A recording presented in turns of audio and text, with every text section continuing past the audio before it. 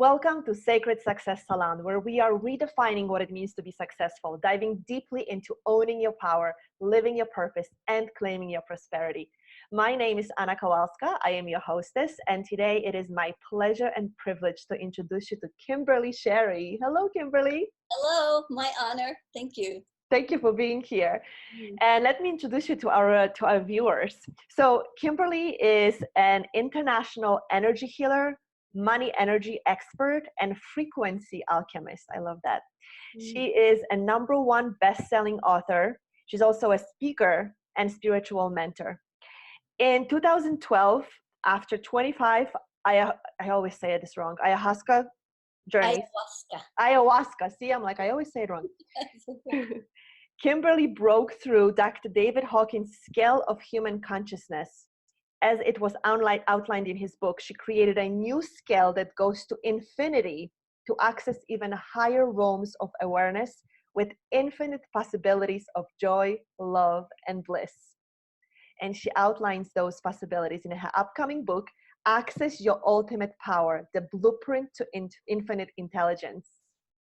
Oh, Kimberly, and this is just like a very top of the mountain that you sit on, because you also had a lot of experience. You're a financial planner for 15 years. You've created your own businesses, and I want you to share it, which is why I started with the very top of your experience. Absolutely. So just as a little brief clarification, I wasn't actually a financial planner, but I worked in that financial planning world. So just to clarify that. Thank you. Yeah. Good. So the question again was? Let's start you first with your definition of success, and then I'm going to ask you to dive into your history. But what's your definition of success? You know, success is going to be defined depending on what it is you're going to apply it to. And so here we're talking about power and prosperity and, abundance.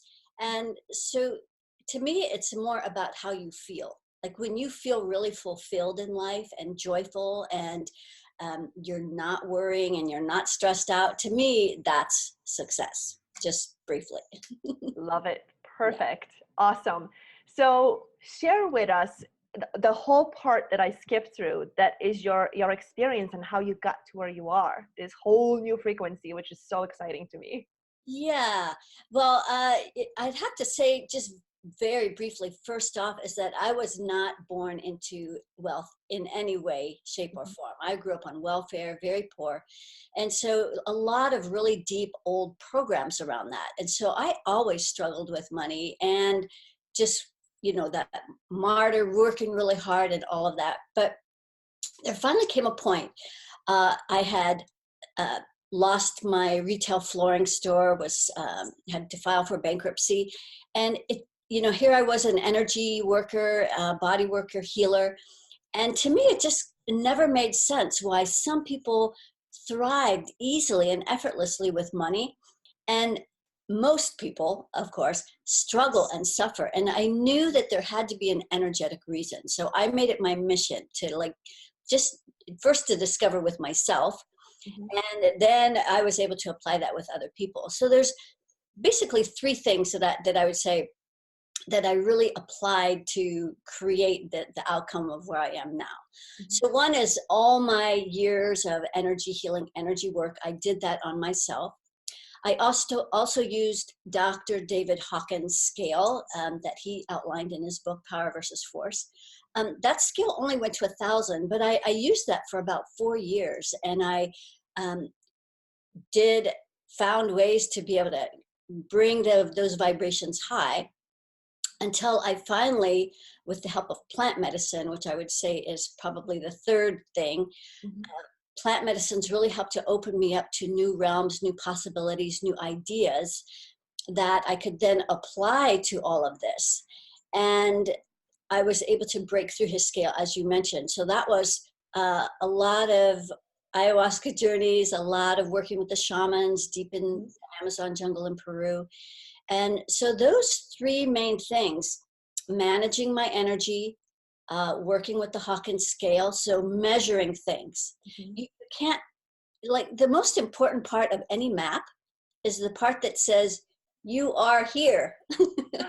if you don't know where you are, you don't know where you're going to go. And that's the beauty of being able to measure vibrations. Yeah, that is so important. And I think in so many aspects, I mean, that could be applied to anything. You just have to know where you are and own where you are before you can go anywhere else, right? Yeah. You know, a Yeah. lot of people use the numbers to kind of judge themselves, you know, like even if they get on a scale or their age or, you know, there's so many ways we judge ourselves by numbers, but it's really just information, you know, like it's the difference between taking our temperature. You know, we could put our hand on the back of our neck or on our forehead and go, "Yeah, I think I have a fever," but you're not going to judge yourself by that. You're going to go get a thermometer and know exactly how much your temperature is. And then you'll know what to do to, you know, take a remedy for that.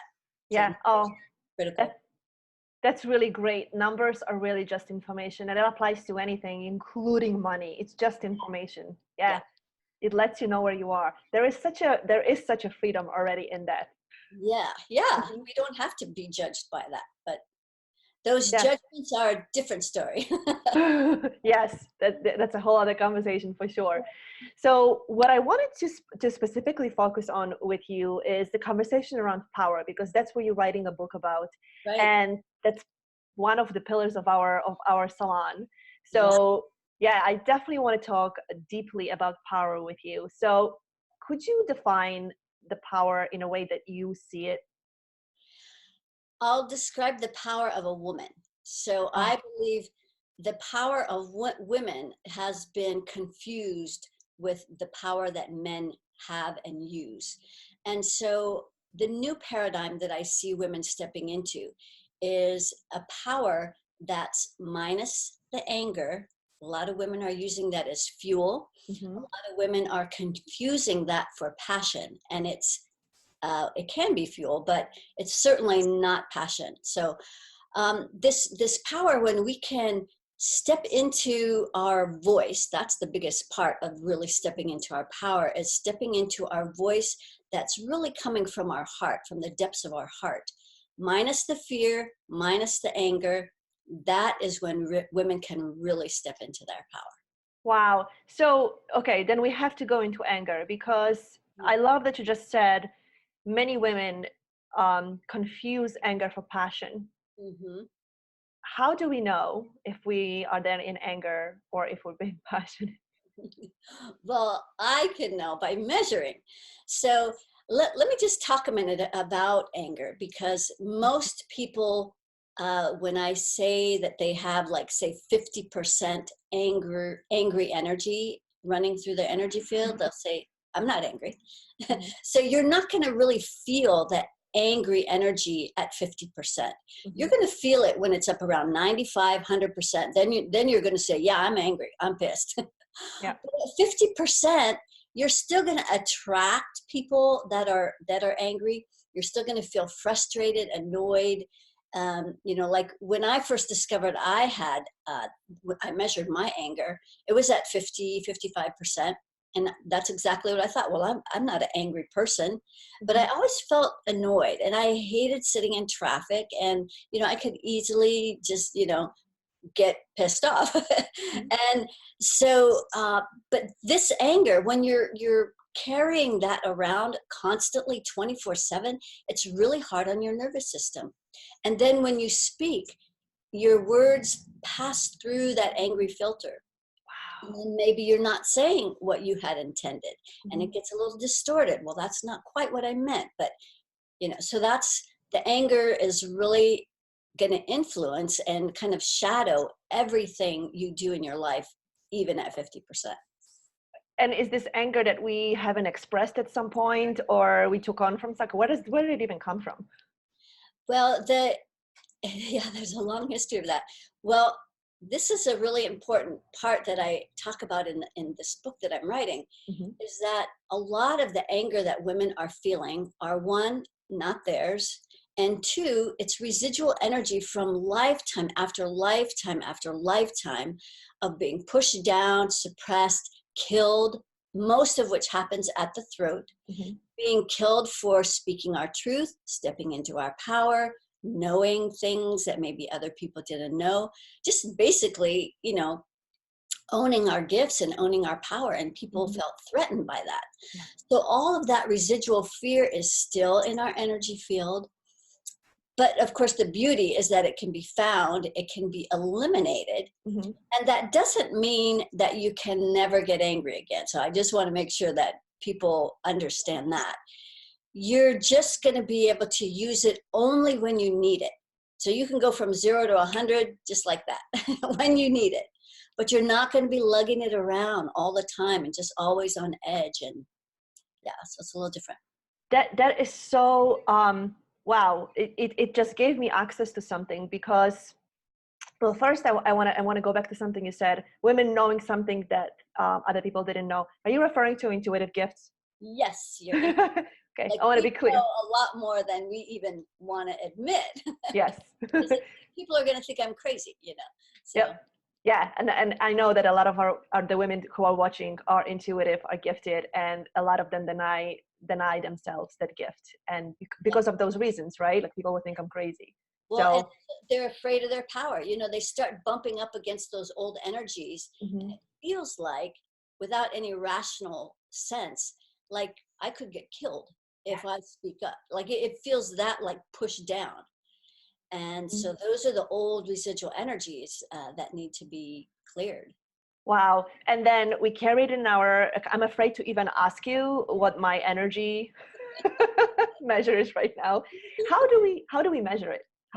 I know you have a gift and you've worked very hard. Can anybody measure it? Yes, yes. And so the trick is, or it's not really a trick, it's just being able to tap into your intuition. But first you need to be able to get an internal yes or no. So some people can just ask and they can hear a voice or they can hear something. Other people will muscle test. Some people will douse with a little pendulum. Yeah. So there's lots of ways of getting an internal yes or no. So once you know how to do that, then you can start evaluating where your energy levels are on all kinds of things. So the way that I do it with the anger is I count. So a percentage from 0 to 100%, I start counting by tens. So do you want to know? Sure. Yes. Yes. Brave. Thank you for leading the way. So only 15%. Really? So, yeah. So at least right now. Great. So, yeah, it's just like you might just feel like a little bit off, a little bit kind of kind of buzzy or something like that. Yeah. Oh, thank you. You want to know where it is? I can tell you how quickly these things can be shifted. Yeah. So for you have some beliefs here, right, in your sixth chakra that relate to this anger. You use it as a little bit to feel more powerful, which is very common for a lot of women. This is how they feel powerful. They feel angry. You know, there's a lot of energy and power behind that, but it's a false sense of power.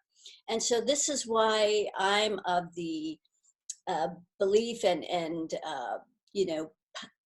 paradigm of having women really drop into that heart space for using their power.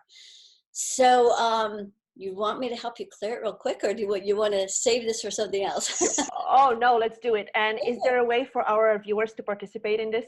Yeah, so say if someone were to have a match with this. So what we're going to do is, and I also talk a lot about the anatomy in this book, because a lot of people don't understand their invisible energy system. It's not complicated. It's just it's not a daily conversation. Correct. So the aura has layers, like layers of an onion, like you're in the middle of a big cocoon. And each of those layers connect to 7 of your chakras in your body. So that's just simple. Yep.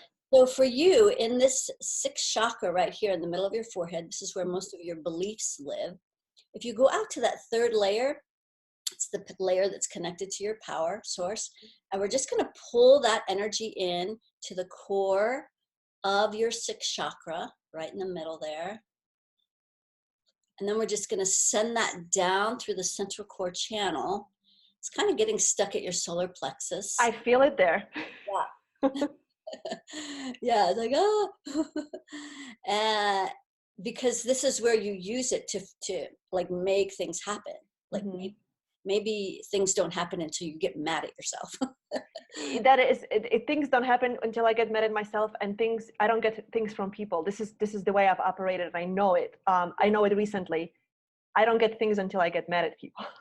Right. Like that's the belief, right? Yes. There. That's the belief. Yeah. You just put into words the energy that I found right there. Mm-hmm. So good. So then we just release that down through the central core channel, all the way down your grounding. And that big sigh, you're just releasing that. So right now it's at 0. Now, Wow. can you feel that you didn't have a lot, but maybe you can feel that subtle difference in your energy field. I can feel the difference the easiest way for me to say is my body is more relaxed, like my shoulders went back into where they're supposed to be, but I also got moved by this.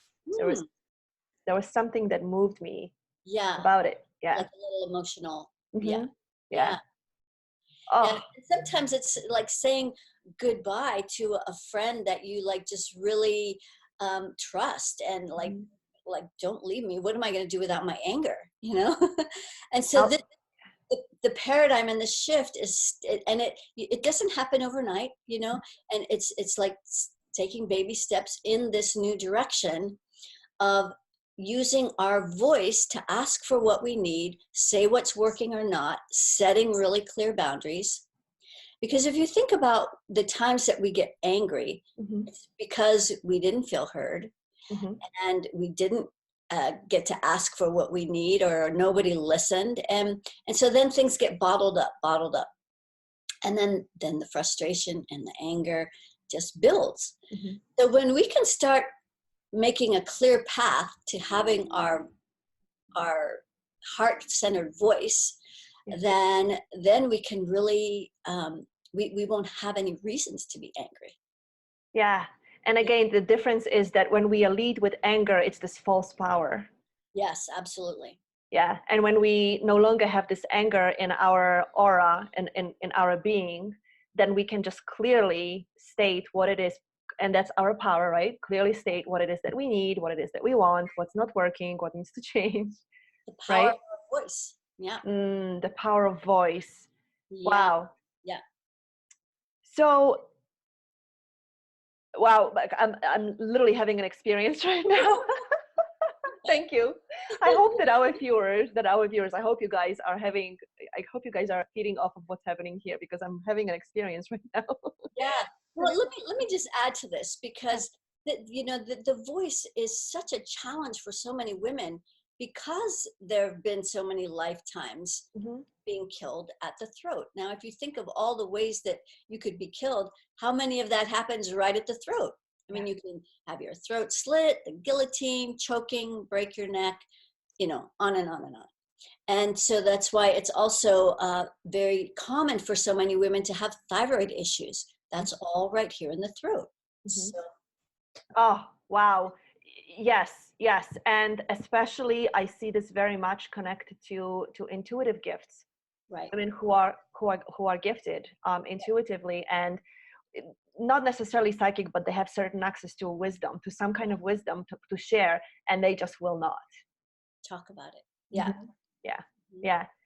That is so golden right there. And so how do we work around that anything that we have, any of those fears that we have around what will happen if we do use our voice powerfully? Repeat the question again. Yeah, sure. So I actually feel it in my throat. I wonder if some of what we just cleared was connected to my inability to express something. So you have some energy stuck right at that third layer there. That's the power of your voice. Should we do it again? Sure. Oh my gosh, I love it. And you guys do it with us. Whether you believe me, if you hear, you have a layer of it. Yes, exactly. Right. And if they're watching this particular episode, it's like, because they're, energetically, we call into our energy field.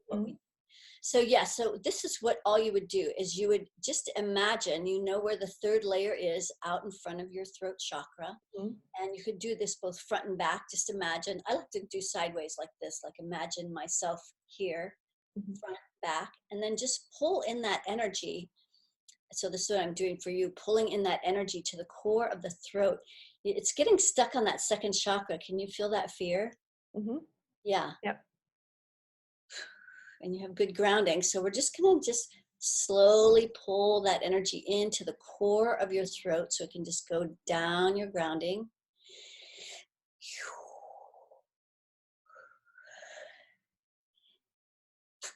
There we go. Yeah. Yeah. I had an image of getting choked at some point. Yeah. Yeah. Yeah. Oh, wow. Yeah, you've been killed at your throat about 5 different times. Yeah. No wonder. And I do know that there is stuff in my throat, like usually healers, energy healers, they look at me and they're like, it's your throat. Yeah, yeah. Yeah. It's Wow. common, very common. So that I'm glad we could do that, and maybe your viewers could just feel that little bit of difference, just doing that one little thing, you know. So Yeah. Yeah. And this I doesn't have to be hard. right? Yes. So once this is cleared, right? First of all, so let me get back and see if I can rephrase my question. How do we, so many gifted women, right? One of their stuck points in getting their gifts out is, how do I talk about it? If I talk about it, people won't believe me, or I'll be judged. So we can clear whatever is going on in the throat, right? And then how do we powerfully step then into, like, how do we merge this with this new power? It sort of happens automatically. So this is the thing about, like when I work with a person, there's like lots of moving parts and places that are blocked that are all contributing to this same story. Mm-hmm. I can't speak up, I don't feel heard, my clients can't find me, etc. So when all of those places are cleared, then everything is flowing, and then your outer world becomes a reflection of what's going on in here, which is always the case anyway. Yeah. And so that's how we know if we're blocked. Is our life flowing or not? It's really, really that simple. Of course, the challenge is to know where and how. Mm-hmm. So a lot of that's outlined in the book, to know how to evaluate these things, how to find the energies so that you can clear these energies. Because it's only hard if you have a high percentage of martyr energy. That's the energy of the hardworking, struggling, suffering. Victim.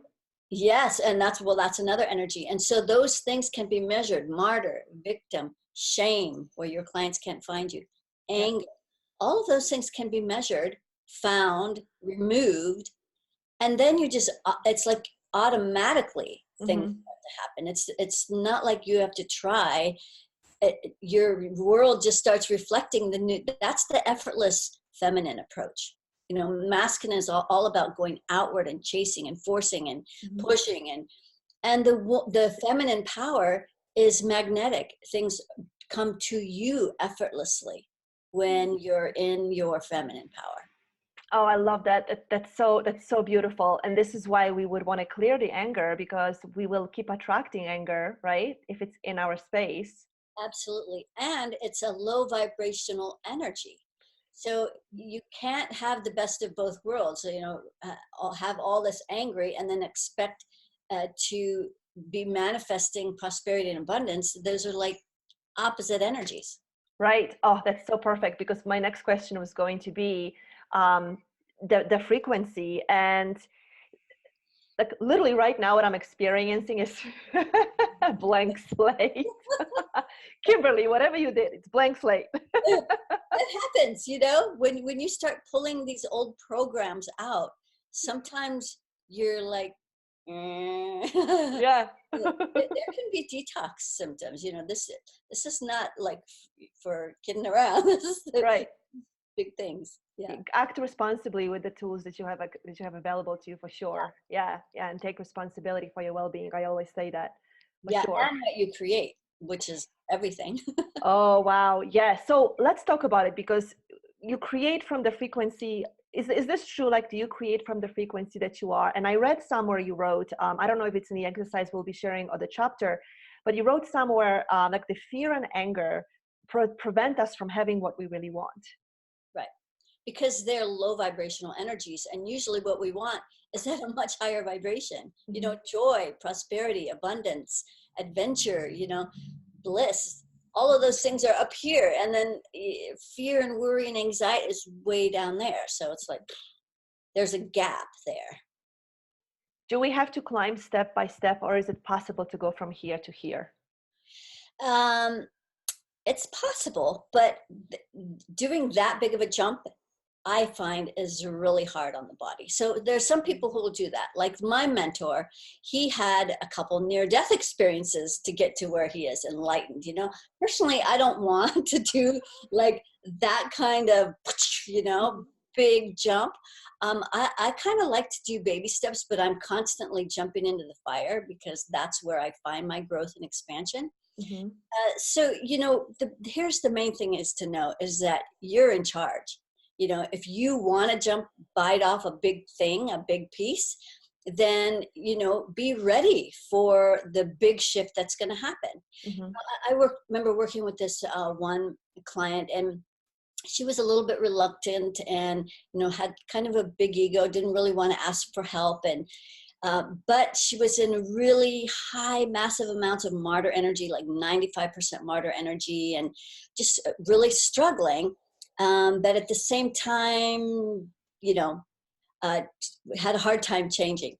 So what ended up happening is initially things got worse for her. So, you know, we did all this work, and then it's like, I don't know what's going on. Like there was this huge storm and it blew off my skylights, and now I've got all this damage, and now my renter you know, she's not going to pay rent. She wants to move. Like everything was just totally imploding. A week or two later, she tells me, well, the insurance people came by and they said, oh, you know, we looked at everything and you need new paint, you need new carpets. We should redo all the skylights so this doesn't happen again. Oh, and by the way, there's tiles blown off. We need to replace your roof. And so she got a check for $22,000. Wow. But you know, that was the hard part of like shifting this new place. And so sometimes things can be difficult. You know, you're gonna maybe lose that job you hate, or that relationship that you're always complaining really sucks, or you know. So be careful what you ask for. Yeah, and that's really important to bring up. And thank you for presencing that things might get worse before they get better. It's realigning, and it's all a matter of labeling anyway. Exactly. Yeah. Yeah. Oh, that's so amazing. So let's talk about the whole frequency. Is there any particular frequency at which money gets easy? Yes, I would say from 250,000 to infinity. So that sounds like a huge jump, but you break through to infinity at 250,000. So 500 is the vibration of love, like where you can have like a kind of a good relationship with money, but it's not high enough to really magnetize it. The stronger your magnet is, the more effortless things are going to be. Yeah. I love that. So what feelings are we in at this place where we start to magnetize? What feelings are we in?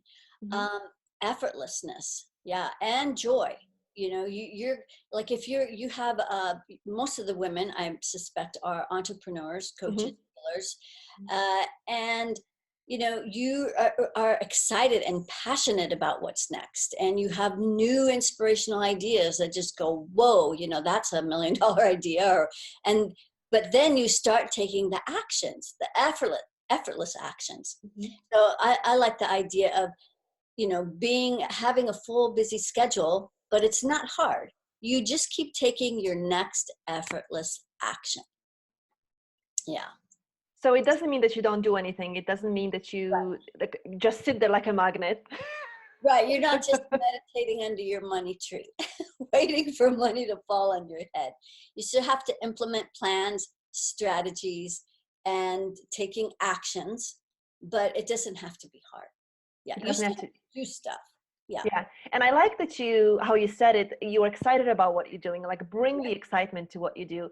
And I know for me, I've learned I'm not excited every day about what I do. I love what I do, but I'm not excited every day. I don't know if you are. I actually never get tired of what I do. Every client is like a whole new adventure, you know, and it's just, I'm always excited about it. That's amazing. So I'm not always excited. There are some times when I'm not, and I love what I do. Like that's not even a question. But there are days when I have to generate excitement. Yes. No, I get what you're talking about. Yeah. Okay. Yeah. Yeah. And I'm not waiting for things to excite me. I generate excitement to be in that space. Does Yeah. that? That's absolutely. We generate everything.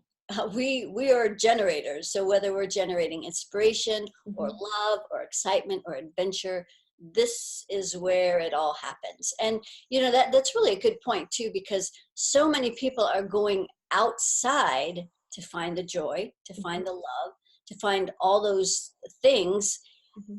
when really it's all in here, and then outside is the reflection of what's going on here. Mhm. Yeah. Yeah. So we can actually find ways to be in joy, even though it's high frequency, maybe not all the time, but find ways to be in joy more often, more and more often. You know what's kind of interesting is sometimes in the beginning, people like they have an idea of what this new level of high vibration is like. And once they start peeling away some of the stuff, they might feel a little more flat and not like ecstatic all the time, you know? Mhm. So there's certain steps that you're going to go through of adjusting to this new paradigm. You know, I'm not always like blissed out, but I would say for the most part, my internal anatomy is joy. Mhm. And um, if I feel a little annoyed, it's usually at that 15%. It's like something's not quite right. And it's like, oh, okay, there it is, you know. And so I have my days too where I'm what is that? Yeah. Yeah. Yeah. And what I just heard too is and it might just be my hearing, right? My interpretation.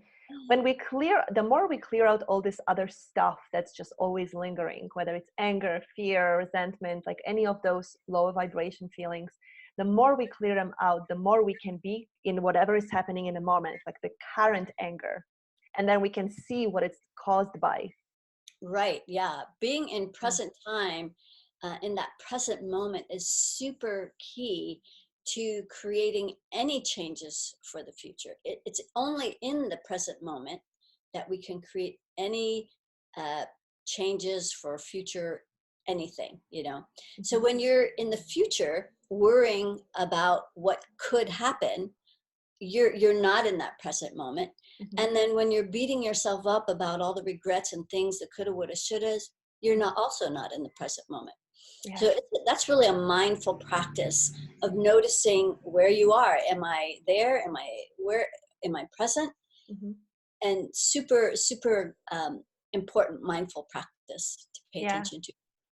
What I find quite often with my clients is that when it comes to money, is where they tend to go into the future to worry. Like it's the 15th of the month, but they don't have enough for the rent for the first. And if you get a paycheck, you kind of know you're getting paycheck. But as a business owner, you don't necessarily always know unless you have a very consistent booming business. And Yeah. they tend to go in their mind into the future, 15 days Yep. from now. How am I going to pay that? Yep. Yep. Very, very common. Yeah. There another part of women stepping into their power too is also learning how to trust all of the help that is around us 360 degrees. There's so much help that we can avail ourselves to, but most people don't, because that invisible realm is maybe not real enough. Maybe they've been disappointed. Maybe they've said a prayer or two and never got answered, or they just don't feel like there's anyone there helping them out, you know.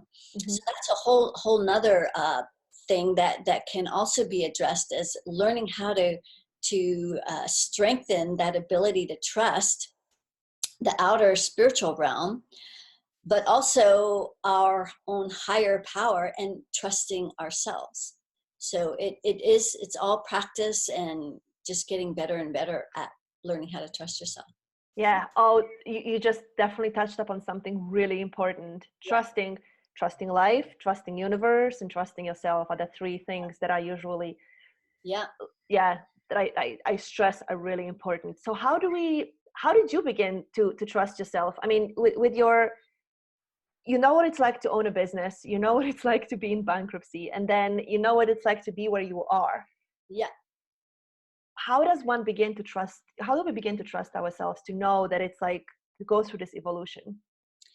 You know, I did a Friday's inspiration not too long ago on this, that there only needs to be one, I call it sort of a spiritual experience, where you know that something happened, that you had some extra help there. You know, there was some really big help. I give the example of, I was reading this self-help book, and it was a time before I got divorced. I was, you know, really having a lot of struggles and really hard time. And I remember there was like several things that happened at the same time simultaneously that made me know that this was bigger than just me. So one is I smelled some old lady perfume, and I was smelling my clothes and my hair, and I couldn't figure it out. And then it went away, and then it came back again. And at the same time, I had a simultaneous sensation of someone petting my hand, with the simultaneous thought in my head, "You're doing a good job. You're doing a good job."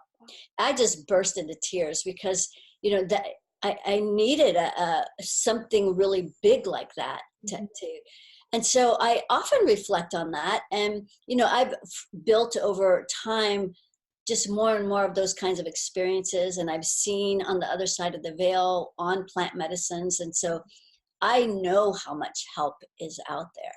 And so I have a really strong trust in the divine. There's just been so many times and ways where I just know it wasn't me. There's something bigger going on here. And so just trusting that it always works out. Yeah, even when your shingles are falling off and your skylights are falling through, there is probably some way something is happening for your betterment. Always a silver lining. Well, that's what my favorite question. My favorite question is, how does it get any better than this? And then stay in that blissful question of, I wonder. So when you're asking that, how does it get better? Things can always get better. Maybe a little, maybe a lot. And it's a high vibrational question. Better is a higher vibration. And when you ask that question, like if something really great just happened, you say, "Oh, I wonder how it gets better." That doesn't mean you don't appreciate what just happened. It just means that you're always stepping into greater possibilities. What else is possible? Yeah, I didn't make up that question. I think it is an access consciousness question, but I just love it because it really works. Yeah, yes, and you're right. There is a level of appreciation for what is, and saying, "Hey, I'm open to something better." Right? Yeah. Oh, that's really amazing. Wow, Kimberly, this has been amazing, and you've imparted so much wisdom on us. And I could keep asking you questions about frequency, because it just, I am so fascinated by it. It's never get bored with it. Yeah, I bet. So I know that you have a gift for us. Right under this video, there is a button, and it's a gift, which is part of your book, right? Yes. Well, it's a part of a book that I was in an anthology. So there were 14 big impact authors. We each wrote a chapter. And so the name of my chapter is called Wealth Without Worry. And I outlined 3 really practical, easy tools that you can implement today to start creating some shifts in your energy field. Yeah. Oh, that's really powerful. So it's specific to the energy field. Yeah. And, you know, I'll just say what one of them is, because there's a lot of people that think that they know already what I'm talking about. and so, you know, always come with a beginner's mind. Fair. But, you know, I have women that, like, they meditate every day, and they do yoga, and they do this and they do that. And they think, you know, but oftentimes people are going through the motions. And so I see people like that, and sometimes they don't even have a grounding cord. So this is going to walk you through the 3 steps to getting ultra grounded. So super important. And the most important part of that is there's this worry circle that radiates around your root chakra. And that's where all your worry lives. So if you ever feel worried, anxious, stressed out, practice this on a daily basis. In fact, it's really helpful if you can attach it to something that's like a habit you do every day, like brushing your teeth.